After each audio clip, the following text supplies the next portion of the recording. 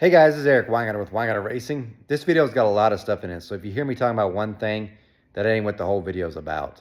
So this is Saturday, so it makes it an update video day, so I get to talk about what all happened this week, and there's a lot of cool stuff that's in this video. Just not one thing. So if you're like, man, I don't want to hear about that. I don't want to hear about cast iron. I don't want to hear about blow-through carburetor. I don't want to hear about the small block Ford cam challenge. I don't want to hear about an LS that was on the dyno and the blower. I don't want to hear about that. Well, that's all in this video. They're all in each individual pieces. Since I will be bringing up cast iron, that also brings up the fact I do not port cast iron heads. You're going to watch this video and be like, oh, you do? No, I don't. I did. I don't anymore. And at the very end of this video, I'll explain why, because there's no sense in putting it in the middle. If you guys really want to know, watch the end. But let's get to it, because this is some cool stuff. The small block Ford Cam Challenge rules are out. They're on my Facebook page, Real Weingarten Racing. You can go there and see them. Now, they're not complete rules. They're preliminary because, and I'm saying this, not because I'm wanting to really change them. It's because of this. I'm waiting for parts to show up. As parts show up, some of the stuff may get altered. For instance, I will give you all the specs then on the cylinder heads and everything you need to get your camshaft, so that at that point, then I can give you more of the rules, like, hey, make sure, this is the spring we're going to run, this is the cylinder head volumes and cross-sectional areas and all that. But these are preliminary ones. So if you want to enter, this is important because there is a deadline on this thing. There are already 10 spots that are taken up by the previous people. There are 5 other spots that are available. And the way you do it is you email me at weingartenracing@gmail.com and say, I would like to enter the small block Ford challenge. You give me a reason why you think you should be in it. And on January 10th or January 15th, I'm going to draw the names. And I'm of those names that people said, I would like to participate. Of those people, I'm going to draw out 5 names. Those 5 names would then be competing with the 10 that are from the previous cam challenge, so a total of 15. I'm also drawing out 5 more to be alternates, because if time permits and the cam's here, you're going to be running.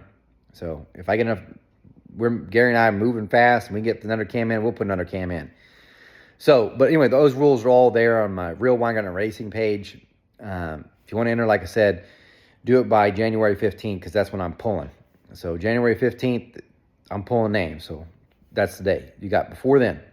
So if you're like, I don't remember if I entered, January 10th, I'm going to put out a list of all the people who said they want to enter. So, and if your name's not on there, you got 5 days to get it to me before I pull the names.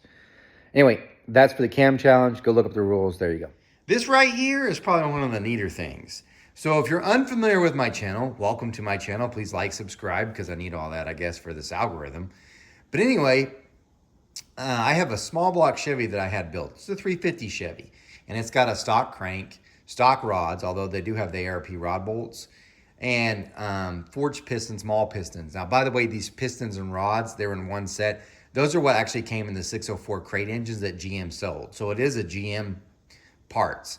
It's got the stock 4-bolt main 350 block. So, and we put a set of AFR enforcer heads on it, the older style that I had ported the exhaust on. It's got an AFR single plane intake manifold on it. Daniel Powell did a solid roller cam for me for this. But the whole point to that motor is we're going to see how much power it takes before it breaks. Because so much of the internet is filled with garbage about cranks. Your block, the 350 block can't take more than 800 horsepower or 600 horsepower. Rods won't last a certain, you get the idea. So the idea with this is, well, we're going to blow it up. And we're going to see which fails first. So you can put in the comments, what do you actually think is going to fail first? And I'm going to tell you what Gary Dunsworth, where I'm going to be doing it, Dunsworth Machine. But this was the final piece we needed. ATM was kind enough to let me borrow a blow-through carburetor. Now, this isn't just any ordinary blow-through carburetor, as you can tell.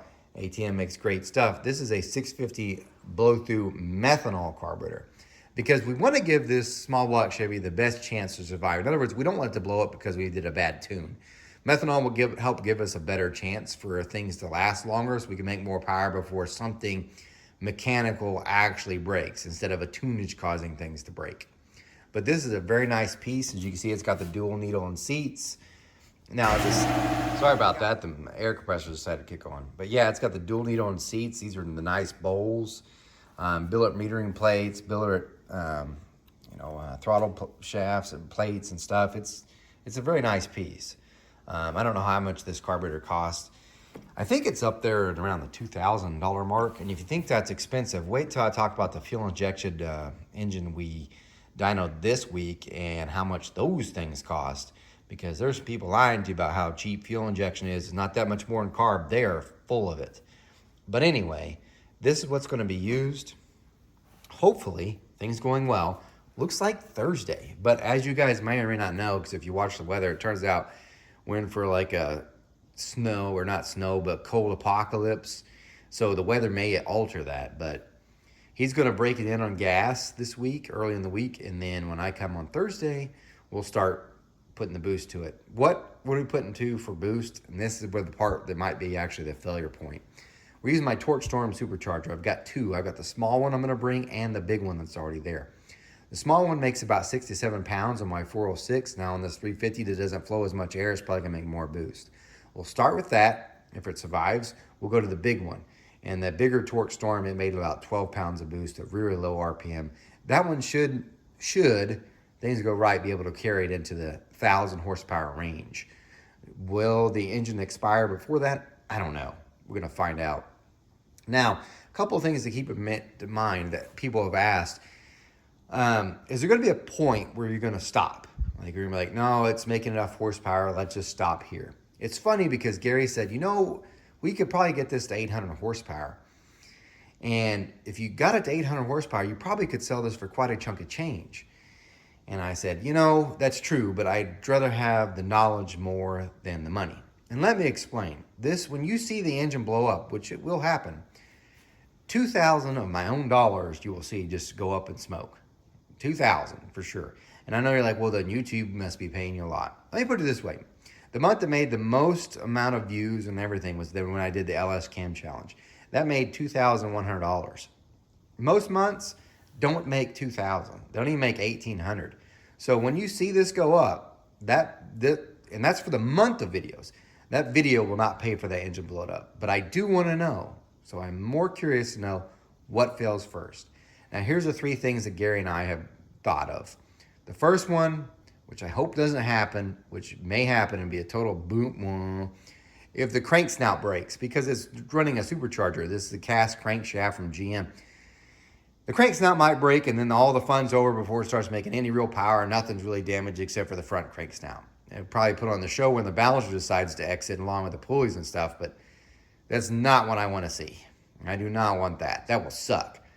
But beyond that, I think it's either going to be a piston or head gasket. So yeah, these are Mall pistons, but they're the 4032 or alloy, maybe even 2016-18, but I don't think they're that fancy. They're 4 valve reliefs. They're not a power adder necessary piston, but it is a forged piston.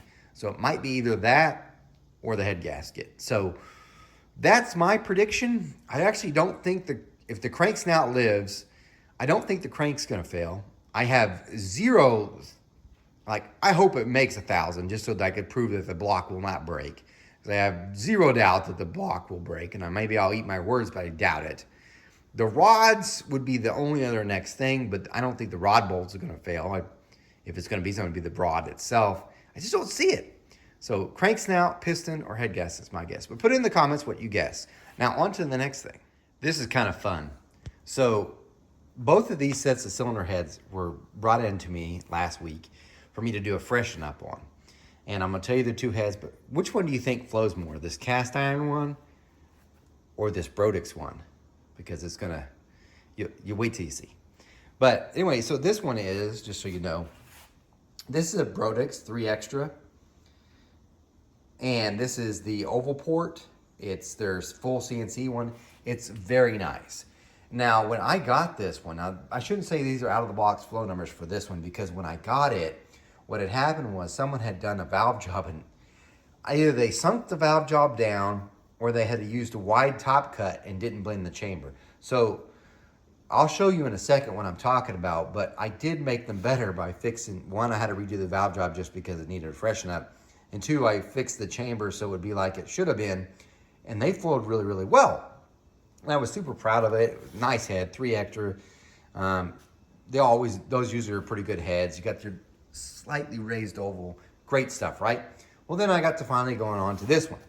Now this one, in case you're wondering, what in the world is this heavy chunk of steel? It is heavy. This is an RHS. This is their 360. Let me find it somewhere on here. Probably can't see it. But this was their 360 casting, the bigger one. And I had ported this one in 2016. So when I say I don't port cast iron heads, I don't port cast iron heads. I used to, and I don't anymore. And I'm gonna talk about why at the end of the video in case you wanna put a comment on now of how much money I'm losing not porting cast iron heads. Wait till the end of the video and I'll explain. But I had done these 2016, and I flowed them, but unfortunately back in that day I used a different computer and that one decided to take a dump.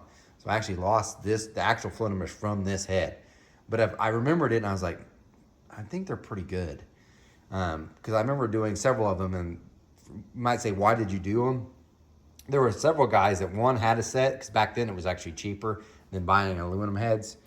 And the second thing is, there was truck pulling that had it going on, and some mud truck classes required cast iron heads. You couldn't run aluminum.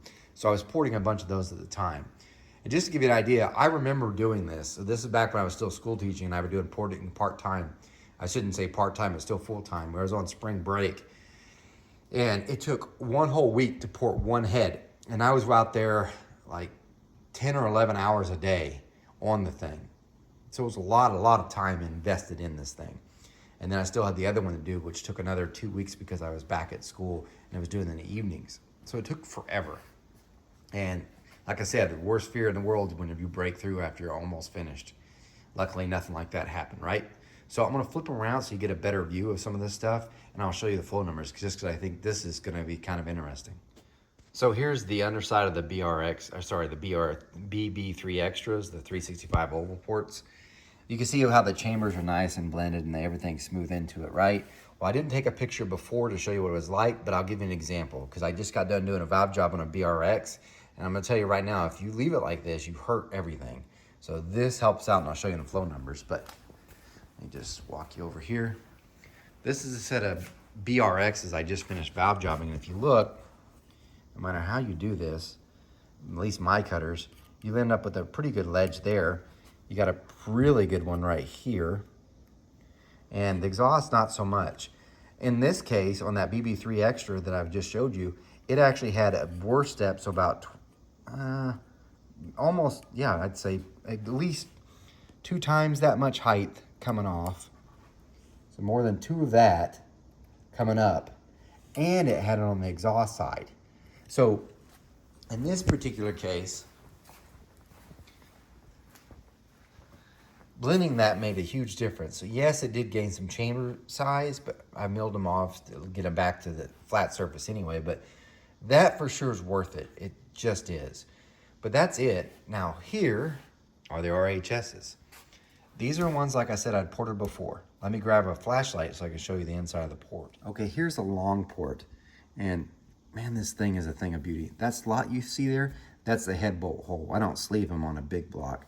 Man, look at that port. And look at that short side. I'm really proud of the way the design was. That, it's hard to do, but it's just very time consuming on cast iron. Like, amazing. Let me show you the short port. It's really good too. That is fantastic. Like, really good work. It took a lot of time to do, but I am proud of myself for doing that. Let me move that light a little bit so you can see a little better. There we go. But yeah, it's amazing. That was a really good one, right? The exhaust ports aren't raised up as much as the Brodix, and also I didn't round them. I left them like that. So just in saying that and looking at that, now let me show you the flow numbers between the two. Let's start by looking at the BB3 Extra numbers. And this was flowed on my Science Digital 680 bench with a 4625 bore. If I'd floated on my Superflow 750, the numbers would have been about 8 CFM higher. So here we go. At 400 valve lift, it's 297 on the long runner, because a big block, by the way, has a long runner and it has a short runner. They don't flow the same. Most companies only ever advertise a long runner because it makes them look better. You'll see why in a minute. 400, it's going 297 on the long runner, 295 on the short runner. Good numbers there. That's really good. At 600, 388 versus 361 on the short runner. See why they don't advertise the short runners? And at 700, 413. And on the short runner, 378. Peak, it goes 438 at 1 inch and 429 on the short runner. Now, I know something like, why'd you flow it that high? They don't have that high. Big blocks have 1 inch lift. This guy has actually, I think it's a 900 lift, which is 436, 418. The exhaust side, 400 numbers, 217. This without exhaust pipe, and 304 at 1 inch. So pretty good. And I thought, well, geez, that's outstanding. And then I put the RHS one on, this one, and flowed it. Because I had forgotten. Long runner, short runner. Long runner, 298.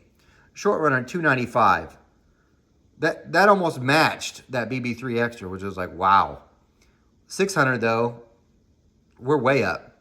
That's 400. 378.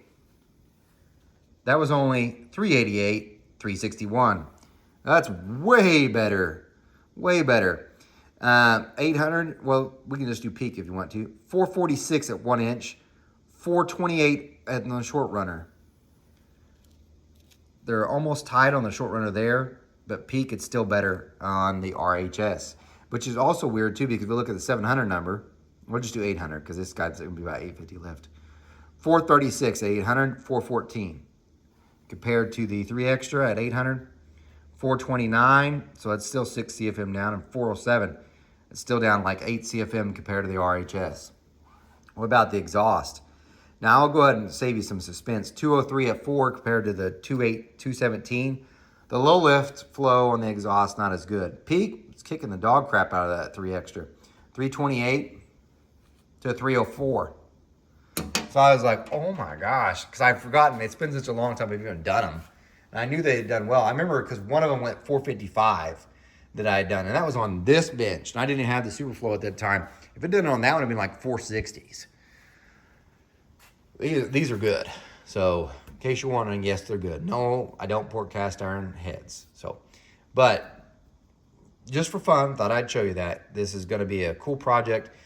I would so love, and it's a money, I asked him if he's going to dyno it. He said it really depends on his budget, because I would so love to see this dyno, because he's got 2 tunnel rams. I'm having a custom cam ground for this right now. This one's going to be, it's going to be pretty good. These heads, when he got them from someone else that put them on a different motor. So after I sold them to the initial guy, I went through several hands. He said, and I've heard, one of the engines that these heads were on made 1,100 horsepower. The other one made over 1,000. I don't know about the 1,100. That seems a little high, but definitely over 1,000, yeah. These things are screaming. For comparison, because you're like, 445 doesn't seem that much. These are my numbers, and these are real numbers. Because I guarantee my flow numbers. I know MBE claims they're the only ones that do it. Nope, I've been doing it for years. I guarantee my flow numbers on the signs. Not the Superflow, even though I give them to you. But anyway, for comparison, the AFR 385 that's on my 540 dyno mule from AFR, 437 is what it flowed. These are better than that, almost by 10. And these, that's why I thought, man, these are close. These are right with the 385s, and they're smaller. So, yeah. Those are some bad dudes. But anyway, on to the next thing. The picture here features a kid on the left named Hunter and a guy on the right named Ron. Hunter is Ron's son. Now, Hunter just turned 16. On Tuesday, we got the dyno and engine that he built. He built it himself when he was still 15, by the way. And he did it for this magazine, All Chevy Performance Magazine. It's a 2-part text series that they got coming out about this engine. And with the help of Summit, they were able to put this together. So all the parts on the engine, except for some of the supercharger parts, came from Summit. So the entire short block, all of it, the trick flow heads, all of it came from Summit. And Hunter himself put it together. I got the privilege to mess with the thing, and it was a blast. So let me talk some more and show you some other things. The engine Hunter built is this LS 408. It's got all Summit parts, so it's got the Summit Pro LS short rotating assembly. Nice stuff there. It's got a Summit cam that's in it. Trick flow cathedral port 220 heads. They're not the full CNC ported heads. And then you've got a Holley high rim up top. And right now, you're probably asking yourself, wait a minute. That looks like fuel injection. I thought you guys couldn't do fuel injection on the dyno. And you're correct, except for Ron, that's Hunter's dad. brought in the whole fuel injected setup. He brought in a Dominator that they're going to run in the car. He brought in the whole fuel cell with the EFI pumps, and he put all of it on there. As you could tell, we put a power adder on it. He put a Procharged F1A94, and he brought his tuner to help tune it. I got to be there to kind of help out a little bit, but not really. The tuner did most of the magic. This is this tuner, Jonathan Lorg. Super great guy to deal with. I was kind of afraid because he didn't know me and I didn't know him. And I thought when we came together on this dyno thing, also with Gary, it might be some kind of ego thing. There wasn't. Everything was perfect. It was kind of neat. We all collaborated together what changes to make on the engine. Then Jonathan did his wizardry on the laptop and put it in, and bada boom, bada bam, there it went. We tested a couple things, and I'll mention some of those, and I'll probably just do a little more video on that on Monday, just kind of a little tech thing. It'll be a short video, but you get the idea. But in the end, the thing made 1,041 with plenty of power to go. Plenty. Plenty. So there's a lot of stuff we still could do, and it was a neat experience. So there's that. Here we go.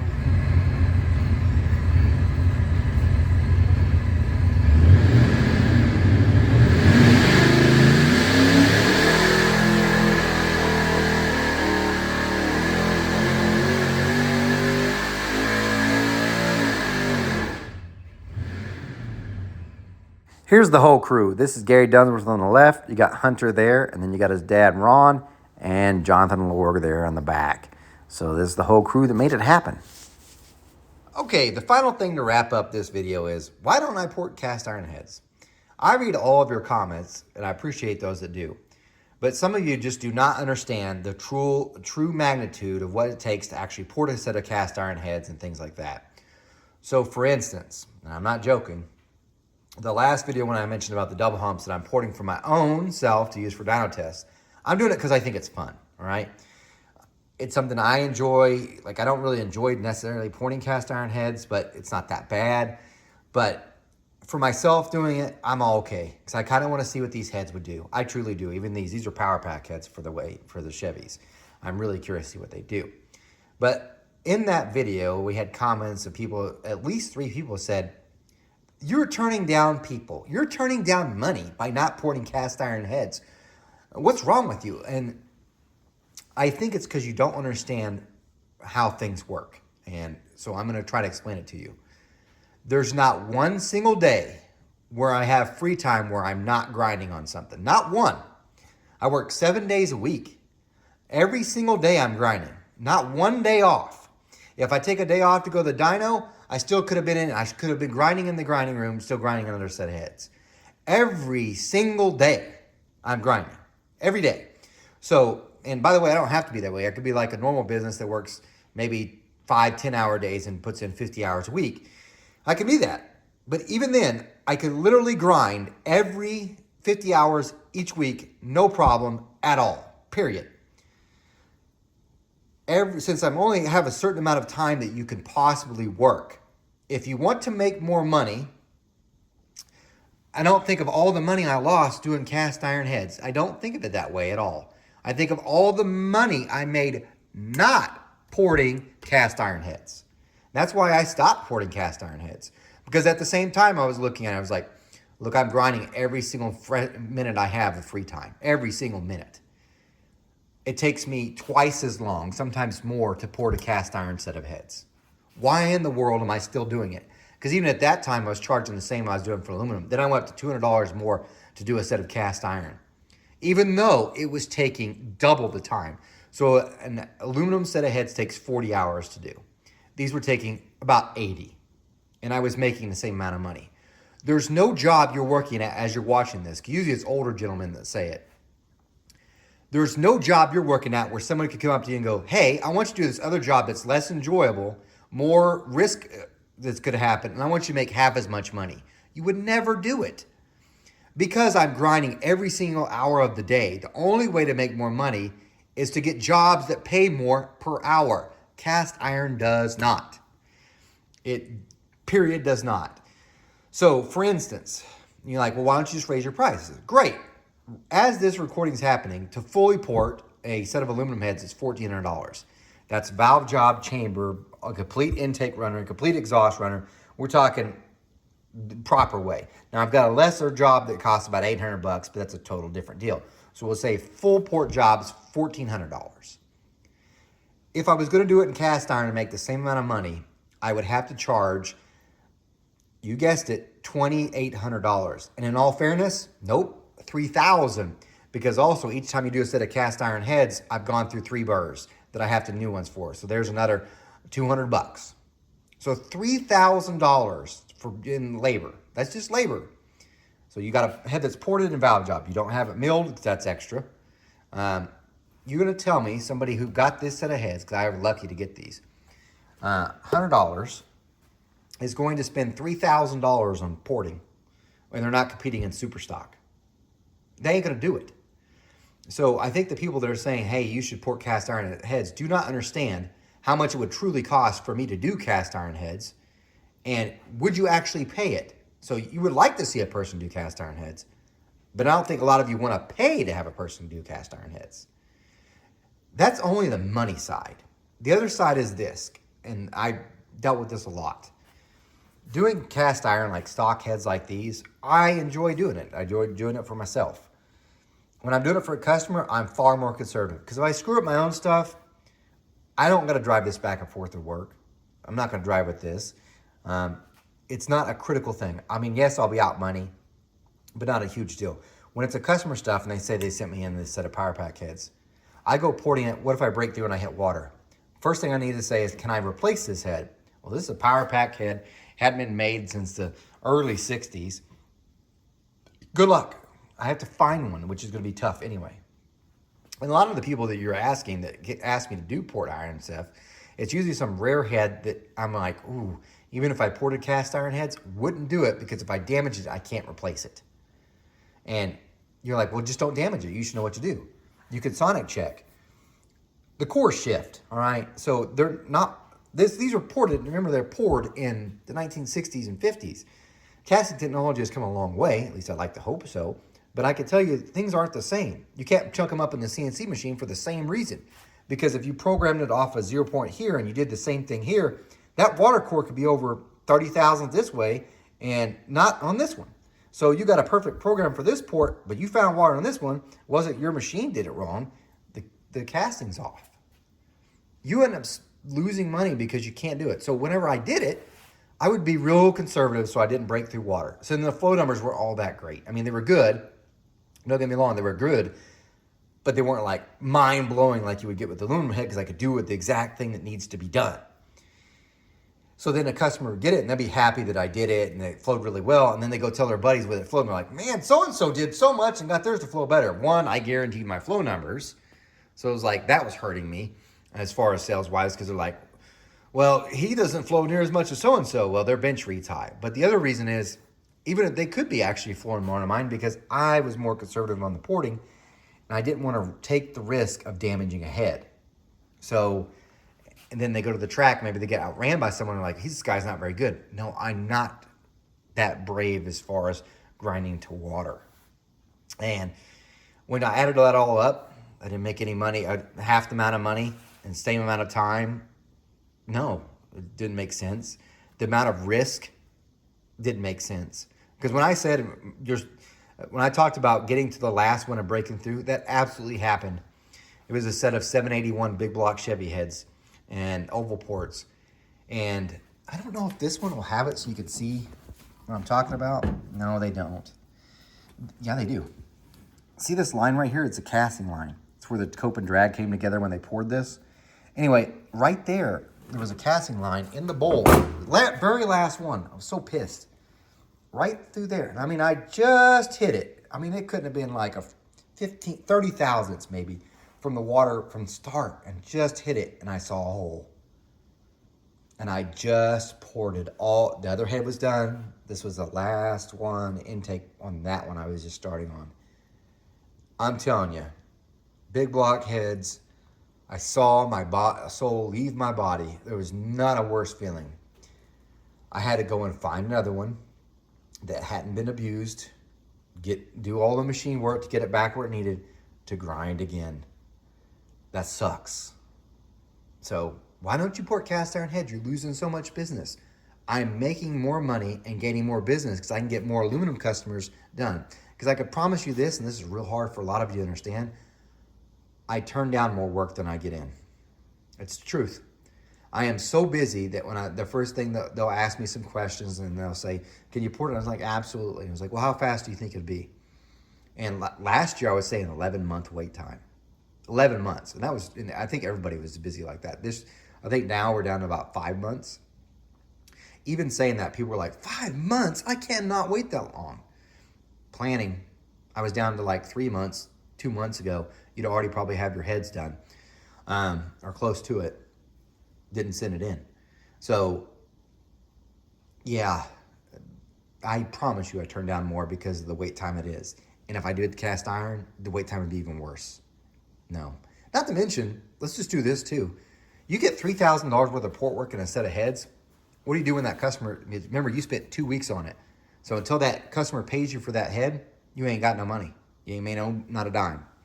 What do you do if that customer doesn't pay you? What are you gonna do? You got a set of cast iron heads that you ported and they're good, right? They're really good. You got $3,000 in labor and just importing. That customer refuses to pay. What are you gonna do?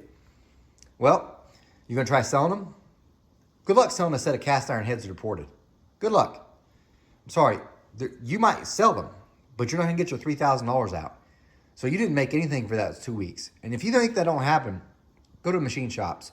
Every single machine shop in your area, I guarantee it, no matter which state you live in, go to a machine shop right now and say, do you guys have any work here that you finished that hasn't been picked up, they haven't paid for, that's been more than 6 months? I guarantee you every single machine shop that's in the country has a job right now that's been sitting there for more than 6 months that they've finished and hasn't been paid for. Some are more than 2 years. Douglas got one since 2016. So, yeah, what do you do? Well, tell my family, well, look, sorry, son, you can't swim this week. We're going to have to cancel your swim club thing because my customer didn't pay. No, you can't do that. Aluminum, in the meantime, they got one head that didn't get paid. Guess what? Aluminum heads are going to sell. Not to mention, you can still do the next set of heads. You're only out 1 week's worth of work, not 2. So why don't I port cast iron heads? Longer different reason for it, but you made it to the end. If you want to know, there it is.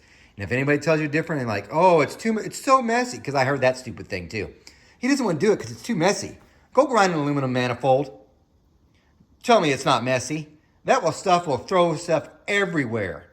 Unless you're trying to do it with a cartridge roll, then you're doing it wrong because you're not grinding, you're just polishing. So, no, this is not any less messy. Matter of fact, it's less. Because yes, it makes little slivers, but they're all in one place. The aluminum goes everywhere.